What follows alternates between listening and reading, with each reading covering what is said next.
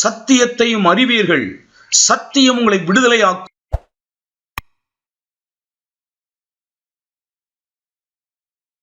இதுவரை நடத்தி வந்தவர் இனிமேலும் நம்மை நன்றாய் நடத்துவார். நம்முடைய வாழ்வில் ஒரு நிறைவை இந்த மாதத்திலே தேவன் நமக்கு தருவாராக. அல்லேலூயா, ஸ்தோத்திரம். 1 தீமோத்தேயின் புஸ்தகம், தேவன் இந்த மாதத்திலே நமக்கு தந்த நல்வார்த்தைக்காய் தேவனை துதிக்கிறேன்.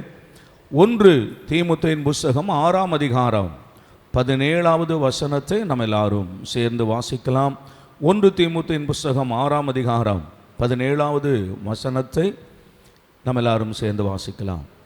இவ்வுலகத்திலே ஐஸ்வர்யம் உள்ளவர்கள் இருமாப்பான சிந்தை உள்ளவர்களாய் இராமலும், நிலையற்ற ஐஸ்வர்யத்தின் மேல் நம்பிக்கை வையாமலும், நாம் அனுபவிக்கிறதற்கு சகலவித நன்மைகளையும் நமக்கு சம்பூரணமாய் கொடுக்கிற ஜீவனுள்ள தேவன் மேல் நம்பிக்கை வைக்கவும். நான் வாசிக்கிற இடத்திலிருந்து மறுபடியும் எல்லா பிள்ளைகளும் வாசிக்க கேட்கிறேன். நாம் அனுபவிக்கிறதற்கு சகலவித நன்மைகளையும் நமக்கு சம்பூரணமாய் கொடுக்கிற ஜீவனுள்ள தேவன் மேல் நம்பிக்கை வைக்கவும். மறுபடியும் ஒரு தடவை அந்த இடத்திலிருந்து வாசிக்கலாம். நாம் அனுபவிக்கிறதற்கு சகலவித நன்மைகளையும் நமக்கு சம்பூரணமாய் கொடுக்கிற ஜீவனுள்ள தேவன் மேல் நம்பிக்கை வைக்கவும். உட்காருவோம். தேவனாகிய கர்த்தர் மனிதனை தமது சாயலாக ஆண்டவர் உண்டாக்கினார். தமது சாயலாக படைத்தவர் இந்த மனிதன், தமது சாயலாய் உண்டாக்கப்பட்ட மனிதன் அனுபவிக்கிறதற்கு சகலவித நன்மைகளையும் இந்த உலகத்தில் மனிதனுக்காக எல்லாவற்றையும் படைத்தார். சகலவித விருட்சங்களையும் சகலவித நன்மைகளையும் இவன் அனுபவிக்கிறதற்கு எல்லாவித நன்மைகளையும் ஆண்டவர் இந்த உலகத்தில் மனுஷனுக்காகவே ஆண்டவர் படைத்தார். நீங்கள் ஆதியாகமத்தின் புஸ்தகத்தை நீங்கள் பார்த்தீங்கன்னா ஆண்டவர் ஸ்தோத்திரம் ஒரு அற்புதமான தோட்டத்தை உண்டாக்கி அந்த தோட்டத்தில் கொண்டு மனிதனை ஆண்டவர் குடியமர்த்தினார். அந்த தோட்டத்தில் உள்ள சகலவித விருட்சங்களையும் நீ புசிக்கலாம். நன்மையான எல்லாவற்றையும் இவன் புசிக்கிறதற்கு ஆண்டவர் உண்டாக்கினார். இவன் எதாவது உண்டாக்கினானா கொஞ்சம் கவனிக்கணும் எல்லா பிள்ளைகளும். இவன் புசிக்கிறத ஒரு மரத்தையாவது இவன் நட்டானா? இல்லை. இவன் அனுபவிக்க போகிற சகலவித நன்மைகளையும் இவன் ஏதாகிலும் செய்தானா? இல்லை. எல்லாவற்றையும் இந்த மனிதன் அனுபவிக்கிறதற்கு எல்லாவற்றையும் தேவன் ஆயத்தம் பண்ணினார். இவன் அனுபவிக்கிறதற்கு சகலவித நன்மைகளையும் சம்பூரணமாய் உண்டாக்கினார். ஒரு குறைவும் இல்லாமல் இவன் ஏதாகிலும் ஆண்டவரே இது எனக்கு ரொம்ப விருப்பமாக இருக்கிறது, இது இருந்தால் நல்லா இருக்கும், இந்த பழங்களெல்லாம் உண்டாக்கி இருக்கிறேன், இவைகளை செய்தால் இவைகளை கொடுத்தால் நன்றாக இருக்கும் ஏதாவது கர்த்தருக்கு ஐடியா சொன்னானா? இல்லை.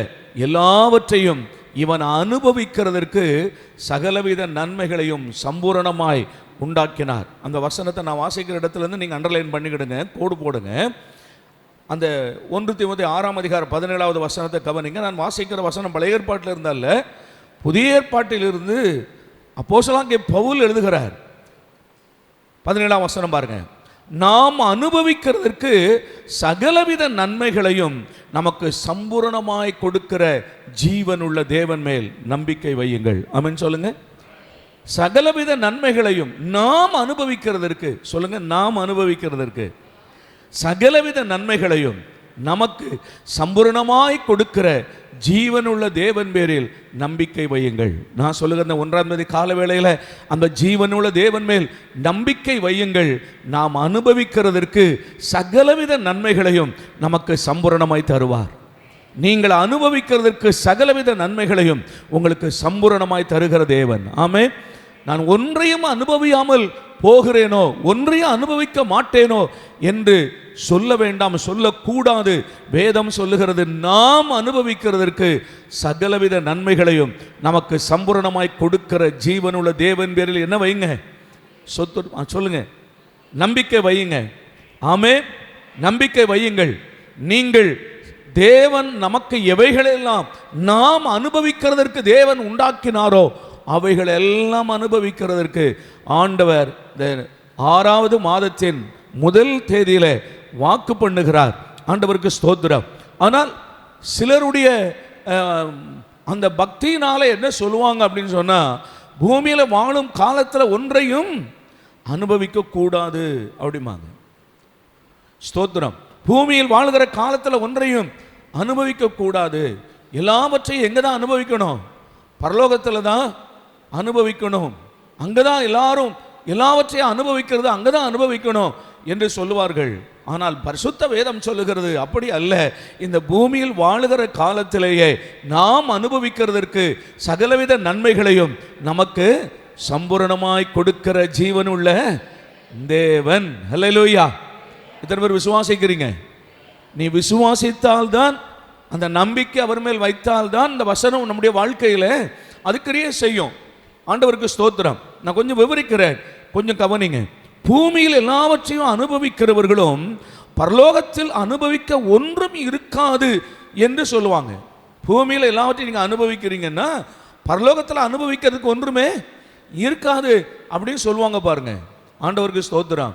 ஆனால் வேதம் சொல்லுகிறது இல்லை, நீ பூமியில் வாழ்கிற காலத்திலேயே நீ தேவ சாயலாய் உண்டாக்கப்பட்டிருக்கிறாய், தேவனுடைய மகனாக மகளாக இருக்கிறாய், உன்னை மிகவும் நேசிக்கிறார். நீ அனுபவிக்கிறதற்கு இந்த பூமியில் வாழ்கிற காலத்தில் எல்லாவற்றையும் நமக்கு சம்பூரணமாய் கொடுக்கிற தேவன். ஆமென் சொல்லுங்க. நாம் அனுபவிக்கிறதற்கு எல்லாவற்றையும் நமக்கு எப்படி கொடுக்கிறாரா? ஏதோ கொஞ்சம் அனுபவிச்சுக்க, கொஞ்சமாக வச்சுக்கப்பா, அந்த பூமியில் இருக்கிற காலத்தில் கொஞ்சமாக அனுபவிச்சுக்க அப்படின்னு சொல்லலை. சம்பூரணமாய் அனுபவிக்கும்படி கொடுக்கிற தேவன். ஆமென். இந்த வார்த்தையை சரியாக நீங்கள் விளங்கி கொள்ளணும். இன்னும் சில வேத வசனங்களை நம்ம பார்க்கணும். ஒன்று கொரிந்தியர் நிருபம் 7வது அதிகாரம் 31வது வசனத்தை கொஞ்சம் வாசித்து விட்டு மற்ற வசனங்களை நான் உங்களுக்கு விவரிக்கிறேன். இவ்வுலகத்தை அனுபவிக்கிறவர்கள் என்னவா? 1 தீமோத்தேயு 6:17 என்ன வாசித்தோம்? நாம் அனுபவிக்கிறதற்கு சகலவித நன்மைகளையும் நமக்கு சம்பூரணமாய் கொடுக்கிற தேவன். ஆனால் அதே பவுல் இங்கே ஒரு வார்த்தை எழுதுகிறார். என்ன எழுதுகிறார்? இவ்வுலகத்தை அனுபவிக்கிறவர்கள், இந்த உலகத்தை அனுபவிக்கிறவர்கள் அதை தகாத விதமாய் அனுபவியாதவர்கள் போலவும் இருக்க வேண்டும். அல்ல, கொஞ்சம் கவனிங்க. இந்த 2 வசனத்திற்கும் முரண்பாடு இருக்கிறதா அப்படின்னு கேட்டீங்கன்னா இல்லை. ஆமென். அதை சரியா விளங்கி கொள்ளுங்க. 1 தீமோத்தேயு 6:17, 1 தீமோத்தேயு நிருபத்தை யார் எழுதினா? பவுல் எழுதினார். கொரிந்து நிருபத்தை யார் எழுதினது? பவுல் எழுதினார். அங்க என்ன சொல்றார்? நாம் அனுபவிக்கிறதற்கு சகலவித நன்மைகளையும் நமக்கு சம்பூரணமாய் கொடுக்கிற ஜீவனுள்ள தேவன். இங்க என்ன சொல்லுகிறார்? இந்த உலகத்தை அனுபவிக்கிறவர்கள் அதை தகாத விதமாக என்ன செய்ய வேண்டாம்? அனுபவிக்க வேண்டாம். அப்ப இந்த உலகத்தில் வாழ்கிற காலத்தில் தேவன் நமக்கு தருகிற எல்லாவற்றையும் நம்ம அனுபவிக்கலாமா? அனுபவிக்கலாம். எப்படி அனுபவிக்கலாம்? சம்பூரணமாய் கொடுக்கிற தேவன் நீங்கள் அனுபவிக்கலாம். ஆனால் இந்த உலகத்தில் தேவன் மாத்திரம் நமக்கு கொடுக்கல, பிசாசானவனும் அநேக காரியங்கள் என்ன பண்ணிக்கிட்டு இருக்கிறான்? உலகத்தில் செய்து கொண்டிருக்கிறான். ஆண்டவருக்கு ஸ்தோத்திரம். கர்த்தராகிய இயேசு உலகத்தில் வந்தபோது அவரிடத்தில் சொல்லுகிறான், நீர் என்னை விழுந்து பணிந்து கொண்டால் இவைகளெல்லாம் நான் உமக்கு தருகிறேன். இவைகள் எனக்கு ஒப்பு கொடுக்கப்பட்டிருக்கிறது. அப்போ நாம அனுபவிக்கிறதற்கும் தகாத விதமாய் அனுபவிக்கிறதற்கும் ஒரு வித்தியாசம் இருக்கிறது என்பதை நீங்க கவனிக்கணும். அனுபவிக்கிறதுனா என்ன? ஆண்டவர் நம்மை ஆசீர்வதிக்கிறார். வேதம் அப்படித்தானே சொல்லுகிறது, கர்த்தருடைய ஆசீர்வாதமே ஐஸ்வர்யத்தை. அப்ப தேவன் நம்மை ஆசீர்வதிக்கிறார். அப்ப அந்த ஆசீர்வாதத்தை எதற்கு கொடுக்கிறார்? அனுபவிக்கிறதுக்கு கொடுக்கிறார். நல்லா கவனிங்க. 2 காரியங்களுக்காக தேவன் ஆசீர்வாதத்தை கொடுக்கிறார் என்று பரிசுத்தவான்களும் வேதமும் சொல்லுகிறது.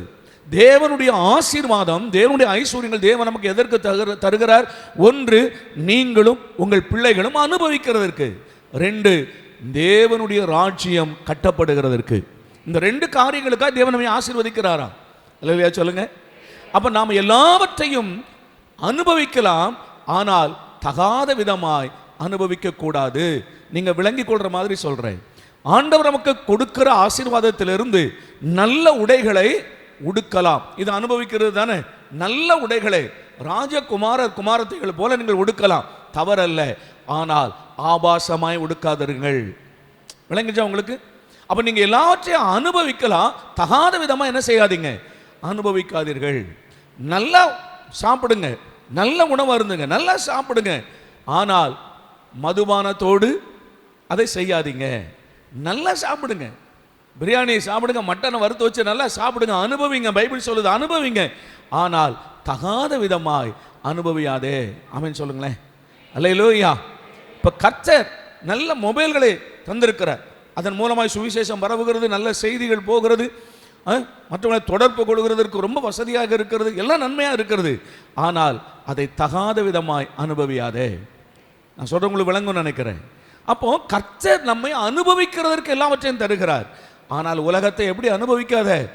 தகாத விதமாய் அதை அனுபவிக்காதே.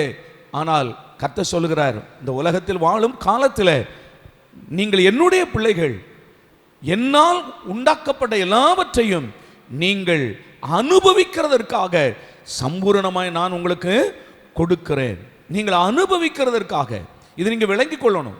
இந்த உலகத்தில் வாழ்கிற காலத்தில் ஆண்டவரே நான் ஒன்றையும் அனுபவிக்க மாட்டேன் என்று சொன்னால் உங்கள் விசுவாசமே, உன் விசுவாசத்தின்படி உனக்கு ஆக கடவுது. இல்லை நான் ஒன்றையுமே அனுபவிக்க மாட்டேன், ஓகே நீ அப்படியே இரு. இல்லை, தேவனுடைய வார்த்தை சொல்லுகிறது, 1 தீமோத்தேயு 6:17 சொல்லுகிறது, நான் அனுபவிக்கிறதற்கு சகலவித நன்மைகளையும் எனக்கு சம்பூர்ணமாய் கொடுக்கிற ஜீவனுள்ள தேவன் பேரில் நான் நம்பிக்கையாக இருக்கிறேன் என்று சொல்வாயானால் நீ அனுபவிக்கிறதுக்கு சகலவித நன்மைகளையும் சம்பூர்ணமாய் தருவார். உன் குடும்பத்தில் நீ எல்லாவற்றையும் அனுபவித்திரு, சபையில் எல்லாவற்றையும் அனுபவித்திரு, உலகத்தில் ஆண்டவர் தந்திருக்கிற சகலவற்றையும் அனுபவித்திரு. ஆனால் தகாத விதமாக நீ என்ன செய்ய வேண்டாம்? அனுபவிக்க வேண்டாம். ஆமென் சொல்லுங்க. அல்லேலூயா. காலுக்கு நல்ல பாதரட்சை வேணும், நீ அனுபவி. ஆனால் அதை தவறாய் அனுபவிக்காத. இதுதான் ஆண்டவருடைய வார்த்தை. ஆமென் சொல்லுங்க. அப்போ நீங்கள் அனுபவிக்கிறதற்கு சகலவித நன்மைகளையும் நமக்கு சம்பூரணமாய் தருவார். சொல்லுங்க, சம்பூரணமாய், அறையும் குறையுமாக அல்ல, சம்பூரணமாய் தருவார். ஆண்டவருக்கு ஸ்தோத்திரம். நீங்கள் அனுபவிக்கிறதற்கு என்ற சில தலைப்பின் கீழே சில வார்த்தைகளை, இன்னும் வேதத்திலிருந்து சில வார்த்தைகளை நான் சுருக்கமாய் நான் சொல்லுகிறேன். ஆண்டவருக்கு ஸ்தோத்திரம். பிரசங்கின் புஸ்தகம் 5ஆம் அதிகாரம் 18வது வசனத்தை நாம் வாசிக்கலாம். பிரசங்கின் புஸ்தகம் 5வது அதிகாரம் 18வது வசனத்தை கவனிங்கள். இதோ உயிரோடு இருக்கும்படி தேவன் அருளி செய்த நாளெல்லாம் மனுஷன் புசித்து குடித்து சூரியனுக்கு கீழே தான் படும் பிரயாசம் அனைத்தின் பலனையும் அனுபவிப்பதே நலமும் உத்தமமான காரியம் என்று நான் கண்டேன், இதுவே அவன் பங்கு. ஆமென். ஒரு வசனத்தை வாசிக்கும்போது ஆமென் சத்தமா சொல்லுங்க. ஸ்தோத்திரம். அந்த வார்த்தையை நன்றாய் கவனிங்க. இதோ உயிரோடு இருக்கும்படி தேவன் அருளி செய்த நாளெல்லாம். நீ உயிரோடு இருக்கும்படி தேவன் அருளி செய்த நாளெல்லாம் 70 வருடம் 80 வருடம் இல்ல 100 வருஷம் நீ உயிரோடு இருக்கும்படி தேவன் உனக்கு அருளி செய்த நாளெல்லாம் மனுஷன் புசித்து குடித்து சூரியனுக்கு கீழே தான் படும் பிரயாசம் அனைத்தின் பலனையும் அனுபவிப்பதே நலமும் உத்தமமான காரியம் என்று நான் கண்டேன். அல்லேலூயாவா. உன் கையின் பிரயாசத்தை வேறொருவன் அனுபவிக்கிறதுக்கு அல்ல, நீ படுகிற எல்லா பிரயாசமும் நீ அனுபவிக்கிறதற்கு. சொல்லுங்க, நீ படுகிற எல்லா பிரயாசமும் யாரோ அனுபவிக்கிறதுக்கு அல்ல. சில மனிதர்கள் இருக்கிறாங்க, கஞ்ச பிசுனாரிங்க, கடுமையா உழைப்பாங்க, மிகுந்த பிரயாசப்படுவான், ஒன்றையும் அனுபவிக்க மாட்டான். ஆண்டவருக்கு ஸ்தோத்திரம். ஒன்றையும் அனுபவிக்க மாட்டான். ஆனால் வேதம் சொல்லுகிறது, இல்லை இல்லை, நீ அனுபவிக்கிறதற்கு தான் நான் எல்லாவற்றையும் உனக்கு எப்படி கொடுத்திருக்கிறேன்? சம்பூர்ணமாய் கொடுத்திருக்கிறேன். ஆனால் அந்த நீ அனுபவிக்கிற அதே இடத்துல ப்ராக்கெட்டை இன்னொன்று போட்டுக்கிடணும், அதை தகாத விதமாய் நீ அனுபவிக்க வேண்டாம். ஆண்டவருக்கு ஸ்தோத்திரம். அப்போ வேதம் தெளிவாய் சொல்லுகிறது, நீ உயிரோடு இருக்கும்படி தேவன் அருளி செய்த நாளெல்லாம் நீ பிரயாசப்பட்டாயே, நீ கடினமாய் உழைத்தாயே, அது பலனை எல்லாம் நீ அனுபவிக்கணும். ஆமென் சொல்லுங்க. நீ அனுபவிக்கணும். இன்னும் ஒரு சில வருஷங்களை காமிக்கிறோம் பாருங்க, ஆச்சரியமான வார்த்தைகள். நமக்கு ஏற்கனவே 128ஆம் சங்கீதம் நமக்கு தெரியும். உன் கையின் பிரயாசங்களை நீ சாப்பிடுவாய். சரி, உபாகமத்தின் புஸ்தகம் 20வது அதிகாரம் 6-5 வசனங்களை கவனிங்கள். உபாகமத்தின் புஸ்தகம் 20வது அதிகாரம் 6வது வசனம் 5வது வசனம். திராட்சை தோட்டத்தை நாட்டி அதை அனுபவியாதிருக்கிறவன் எவனோ அவன் தன் வீட்டுக்கு திரும்பி போக கடவன். அவன் யுத்தத்திலே செத்தால் வேறொருவன் அதை அனுபவிக்க வேண்டியதாகும். ஆண்டவர் மனுஷன் மேல எத்தனை அக்கறை உள்ள தேவனாக சொல்லுகிறார். கவனிங்க, இஸ்ரவேல் மக்கள் நீங்கள் வேறு தேசத்தின் மேல் படையெடுத்து போகும்போது, யுத்தத்திற்கு போகும்போது, ஒருவன் திராட்சை தோட்டத்தை புதிதாய் நாட்டி இருக்கிறான், அதன் பலனை இன்னும் அனுபவிக்கல, ஆகையினால் அவன் யுத்தத்திற்கு போக வேண்டாம். மிலிட்டரியில் சொல்லுவாங்களா? அல்லேலூயா. திராட்சை தோட்டத்தை நீ நாட்டி இருக்கிறாய், அதனுடைய பலனை வேறொருவன் அனுபவிக்க கூடாது, நீ அனுபவிக்கணும்பா. ஆகையினால நீ என்ன பண்ண வேண்டாம்? யுத்தத்திற்கு போக வேண்டாம். 5வது வசனம் பாருங்க. 5வது வசனம். அன்றியும் அதிபதிகள் ஜனங்களை நோக்கி, புது வீட்டை கட்டி அதை பிரதிஷ்டை பண்ணாதிருக்கிறவன் எவனோ அவன் தன் வீட்டுக்கு திரும்பி போக கடவன். அவன் யுத்தத்திலே செத்தால் வேறொருவன் அதை பிரதிஷ்டை செய்ய வேண்டியது இருக்கும். அல்லேலூயா. வேதம் எத்தனை அழகாய் போதிக்கிறது. நீ மிலிட்டரியில் வேலை பார்க்கிற, இப்பதான் புதிதாக கல்யாணம் பண்ணி இருக்கிற, ஆனால் நீ எங்க போக வேண்டாம்? யுத்தத்திற்கு போக வேண்டாம். நீ ஒருவேளை யுத்தத்தில் செத்து போனீன்னா உன் வீட்டை வேறொருவன் என்ன செய்வான்? அதை பிரதிஷ்டை செய்வான், வேறொருவன் அதை அனுபவிப்பான். நீ வீட்டுக்கு திரும்பி போன்னு சொல்றாரு. அதை நீ தான் அனுபவிக்கணும். எத்தனை நல்ல தேவன், நம்ம மேல எத்தனை அக்கறை உள்ளவராக இருக்கிறார். அல்லேலூயாவா. நீ அனுபவிக்கணும். நாம் அனுபவிக்கிறதற்கு சகலவித நன்மைகளையும் நமக்கு சம்பூர்ணமாய் கொடுக்கிற ஜீவனுள்ள தேவன். ஆமென். நெகேமியாவின் புத்தகம் 9வது அதிகாரம் 36வது வசனம். நெகேமியா 9:36. இதோ இன்றைய தினம் நாங்கள் அடிமைகளாயிருக்கிறோம், இதோ பலனையும் நன்மையும் அனுபவிக்கும்படி நீர் எங்கள் பிதாக்களுக்கு கொடுத்த இந்த தேசத்தில் தானே. நாங்கள் அனுபவிக்கிறதற்காக தான் இந்த தேசத்தை எங்கள் பிதாக்களுக்கு என்ன பண்ணினீர்? நீர் கொடுத்தீர். ஏன் அடிமைகளாக இருக்கிறோம் அதை நான் பின்னால சொல்றேன். ஆனா தேவன் தேசத்தை கொடுத்ததின் நோக்கம் என்ன? நீ அனுபவிக்கணும். அல்லேலூயா சொல்லுங்களேன். நான் கொடுத்த தேசத்தில் எல்லா பலனையும் நீ ஆண்டு அனுபவிக்கணும். ஆண்டவருக்கு ஸ்தோத்திரம். 25வது வசனம் பாருங்க. நெகேமியா 9:25 கவனிங்க. அவர்கள் அரணான பட்டணங்களையும் குளுமையான பூமியையும் கட்டிக்கொண்டு சகலவித உடைமைகள் நிறைந்த வீடுகளையும் வெட்டப்பட்ட துறவுகளையும் ஏராளமான திராட்சை தோட்டங்களையும் ஒலிவ தோப்புகளையும் கனி கொடுக்கும் விருட்சங்களையும் சுதந்தரித்துக் கொண்டு புசித்து திருப்தியாகி கொழுத்து உம்முடைய பெரிய தயவினால் செல்வமாய் வாழ்ந்தார்கள். ஆமென். கர்த்தர் எதற்காக இந்த பட்டணங்களை எல்லாம் ஆண்டவர் கொடுத்தாரா? அவர்கள் செல்வமாய் வாழ்வதற்காக, அனுபவிக்கிறதற்காக ஆண்டவர் அவர்களுக்கு கொடுத்தார். இன்னும் ஒரு சில வசனங்கள் நான் வாசித்து காண்பித்து விடுகிறேன். உபாகமத்தின் புத்தகம் 8ஆம் அதிகாரம் 7 முதல் 13 வசனங்களை கவனிங்க. உபாகமத்தின் புத்தகம் 8வது அதிகாரம் 7 முதல் 13 வரைக்கும். உன் தேவனாகிய கர்த்தர் உன்னை நல்ல தேசத்திலே பிரவேசிக்க பண்ணுகிறார். சத்தமா சொல்லுங்க அல்லேலூயா. எங்க பிரவேசிக்க பண்ணுகிறார்? நல்ல தேசத்தில். இந்த 6வது மாதத்தில் ஒரு நல்ல தேசத்துக்குள் கர்த்தர் நம்மை பிரவேசிக்க பண்ணுகிறாராம். அது பள்ளத்தாக்குகளிலும் மலைகளிலும் இருந்து புறப்படுகிற ஆறுகளும் ஊற்றுகளும் ஏரிகளும் உள்ள தேசம். அது கோதுமையும் வார்கோதுமையும் திராட்சை செடிகளும் அத்தி மரங்களும் மாதுளம் செடிகளும் உள்ள தேசம். அது ஒலிவ மரங்களும் எண்ணெயும் தேனும் உள்ள தேசம். அந்த தேசத்தில் பாருங்க, முந்தின வருஷம் அது போடுமா, என்னதெல்லாம் நல்ல விளைதான் இன்றைக்கும். ஸ்தோத்திரம். பெஸ்ட் கோதுமை இஸ்ரேல் நாட்டில் உள்ள அந்த கானான் தேசத்து கோதுமையை பாருங்க. வார்கோதுமை அப்படின்னா பார்லி அரிசின்னு நம்ம சொல்றோம் இல்லையா, வெள்ளையா இருக்கும் இல்லையா, அதுதான் வார்கோதுமை. திராட்சை செடிகள் இன்றைக்கும் நீங்க பார்த்தீங்கன்னா இஸ்ரேலுடைய திராட்சை அந்த ஜூஸ் பாட்டல் இருக்கு பார்த்தீங்களா, இன்றைக்கு உலகமெங்கிலும் அது அனுப்பப்படுகிறது. திராட்சை ரசம் உலகமெங்கிலும் இஸ்ரேலில் இருந்து பாட்டல் அனுப்பப்படுகிறது. அதனுடைய விலை மிகவும் அதிகம். ஆண்டவருக்கு ஸ்தோத்திரம். அத்தி மரம் அத்திப்பழம் வாங்கி சாப்பிட்றதுக்கு இன்றைக்கி ஒரு பாக்கெட்டில் ஒரு 10 பழம் கூட இருக்காது இல்லை.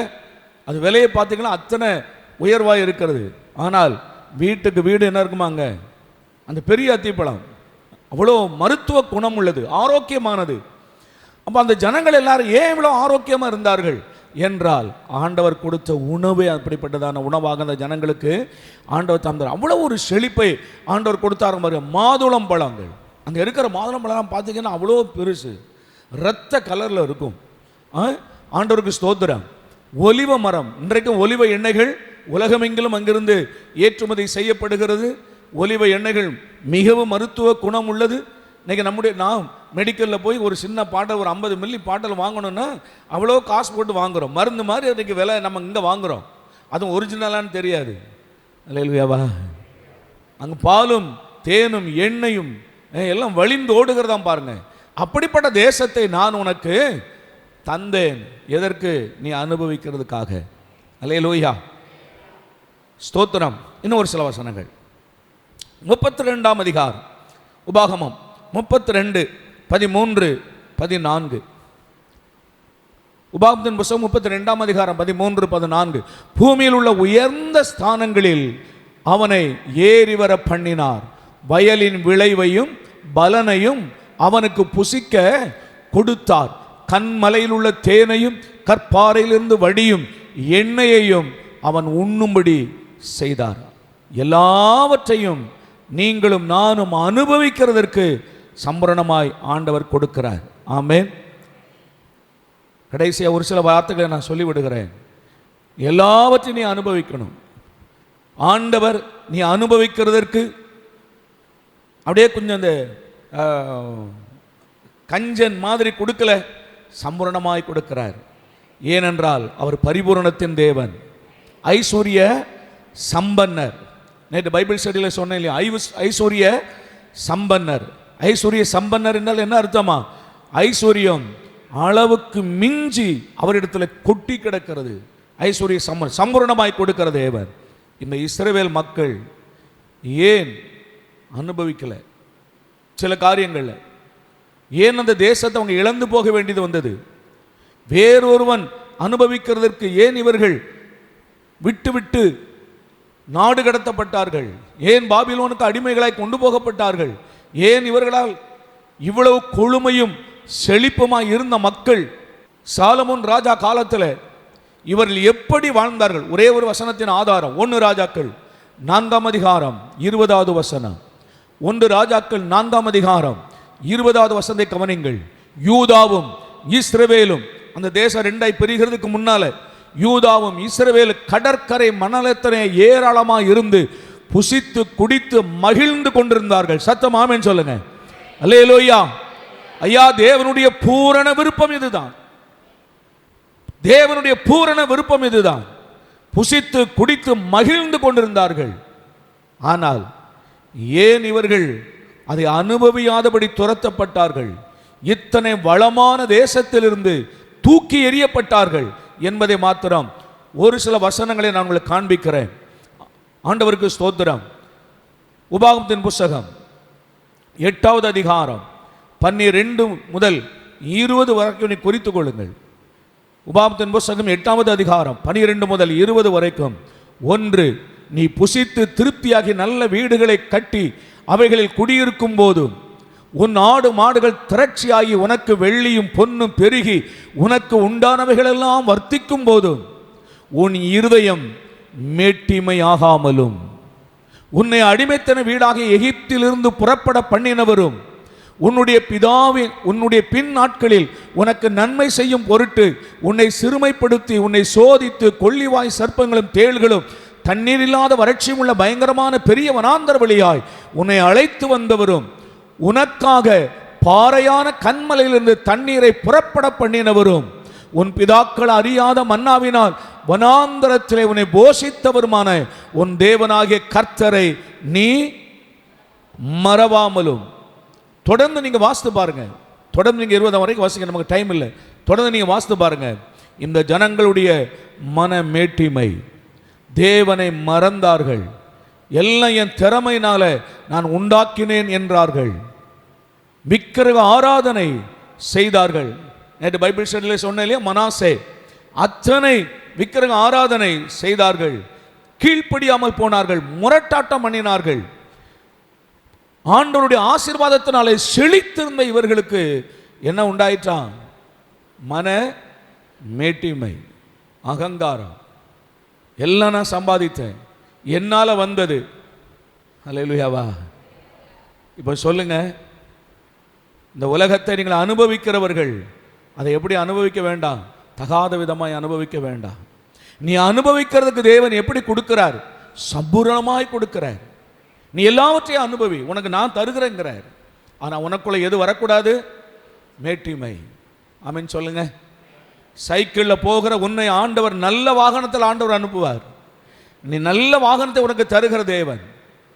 ஒரு நல்ல 2 வீலர் அருமையான வண்டியை தருவார். நாளைக்கு ஒரு 4 வீலரை தரக்கு ஆண்டவர் ஆயத்தமாக இருக்கு. நல்ல ஒரு காரை உனக்கு தருவார். ஆனால் நீ நல்லா அனுபவிக்கணும், தப்பே இல்லை. ஆனால் எது வரக்கூடாது சொல்லுங்க? மன மேட்டிமை. என்றைக்கு உனக்குள்ள வந்ததோ அன்னைக்கு உன் கையில இருந்து திரும்ப பிடுங்கிடுவார். நீ அனுபவிக்கிறதுக்கு எல்லாவற்றையும் தரவர் ஆயத்தமாக இருக்கிற. ஸ்தோத்திரம். நீ உடுத்து, நல்லா உடுத்து, மேட்டிமையாயிராதே. நீ நல்லா சாப்பிடு, மேட்டிமையாயிராதே. எல்லாம் என் கை திறமையினால உண்டாக்குன்னு சொல்லாத. எல்லாவற்றையும் தேவன் எனக்கு தந்தார், கர்த்தர் எனக்கு தந்தார் என்று சொல்லு. அல்லேலூயாவா? தாழ்மை உள்ளவர்களுக்கு தேவன் இன்னும் கிருபையை தருகிறார், இன்னும் உன்னை பெருக செய்கிறார். இது நிமித்தமாகவே அந்த மக்கள் எல்லாவற்றையும் இழந்தார்கள். நெகேமியா 9:25-26 கீழ்ப்படியாமை, கலகம், சத்தியத்தை புறம்பே தள்ளின பாவங்கள். உபாகம் 28ஆம் அதிகாரம் 47-48 வசனம். கொஞ்சம் வாசித்துங்களேன் அதை. உபாகம் 28ஆம் அதிகாரம் 47-48 வசனம். சகலமும் உனக்கு பரிபூரணமாய் இருக்கையில், வாக்குத்தத்தம் என்ன? சம்பூர்ணமாய் கொடுக்கிற தேவன். சகலமும் உனக்கு எப்படி இருந்தது? பரிபூரணமாய் இருக்கையில் நீ மன மகிழ்ச்சியோடும் களிப்போடும் உன் தேவனாகிய கர்த்தரை, சொல்லுங்க, உன் தேவனாகிய கர்த்தரை சேவியாமற் போனது நிமித்தம். சகலமும் உனக்கு குறைவுபட்டு பட்டினியோடும் தாகத்தோடும் உடுக்க உடை இல்லாமலும் கர்த்தர் உனக்கு விரோதமாய் அனுப்பும் சத்துருக்களை சேவிப்பாய். அல்லேலூயா!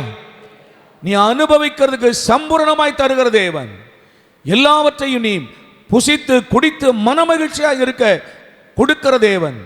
ஆனால் அதை கொடுத்தவர் தேவன் என்று நீ அவரை மனமகிழ்ச்சியோடு சேவியாமற் போனது நிமித்தம், அவருடைய ஆலயத்தில் வந்து கர்த்தரை ஆராதிக்காமல் போனது நிமித்தம், தேவன் எனக்கு செய்தார் என்று சாட்சி சொல்லாதது நிமித்தம், எல்லாவற்றையும் என் கையின் பிரயாசங்கள் அல்ல, தேவன் எனக்கு இலவசமாய் தந்தார் என்று சொல்லாமல் போனது நிமித்தம், எல்லாவற்றிலையும் நீ குறைவுபட தொடங்கினாய்.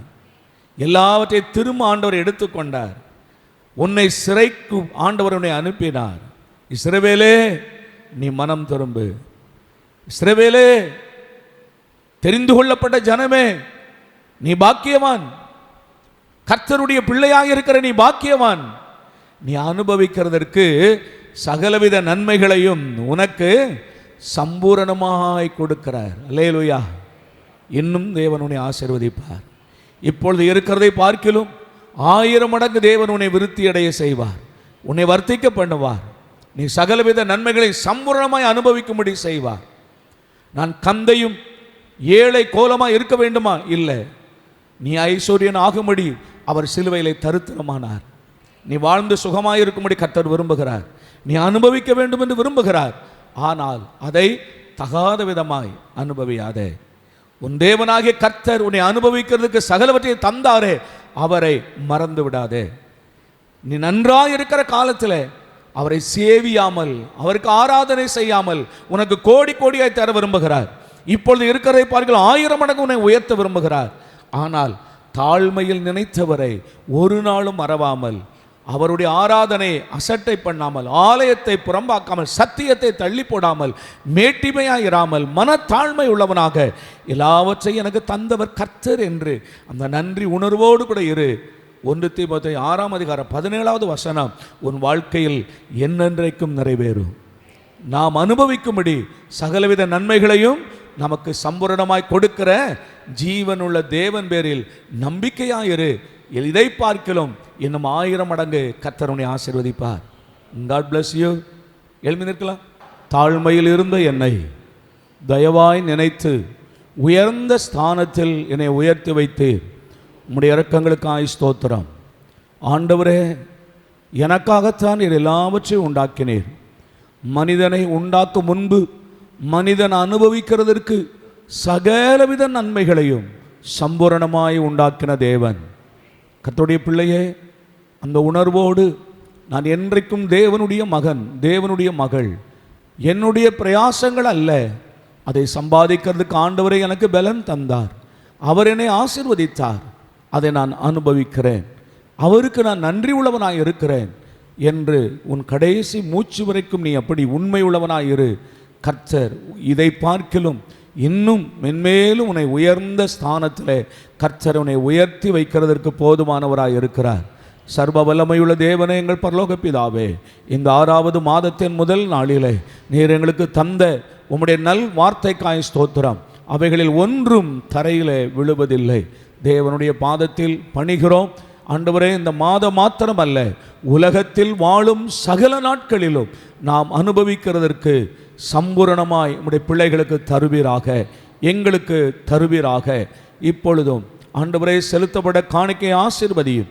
100 உம்முடைய பிள்ளைகளுக்கு திரும்ப தாரும். இந்த மாதத்தின் கையின் பிரயாசங்களை ஆசீர்வதியும். கர்த்தருடைய பந்திக்காய் ஜெபிக்கிறோம். கர்த்தரை ஆசீர்வதிப்பீராக. கர்த்தராகிய இயேசுவின் நாமத்தில் வேண்டிக் கொள்கிறோம் எங்கள் நல்ல பிதாவே. ஆமென்.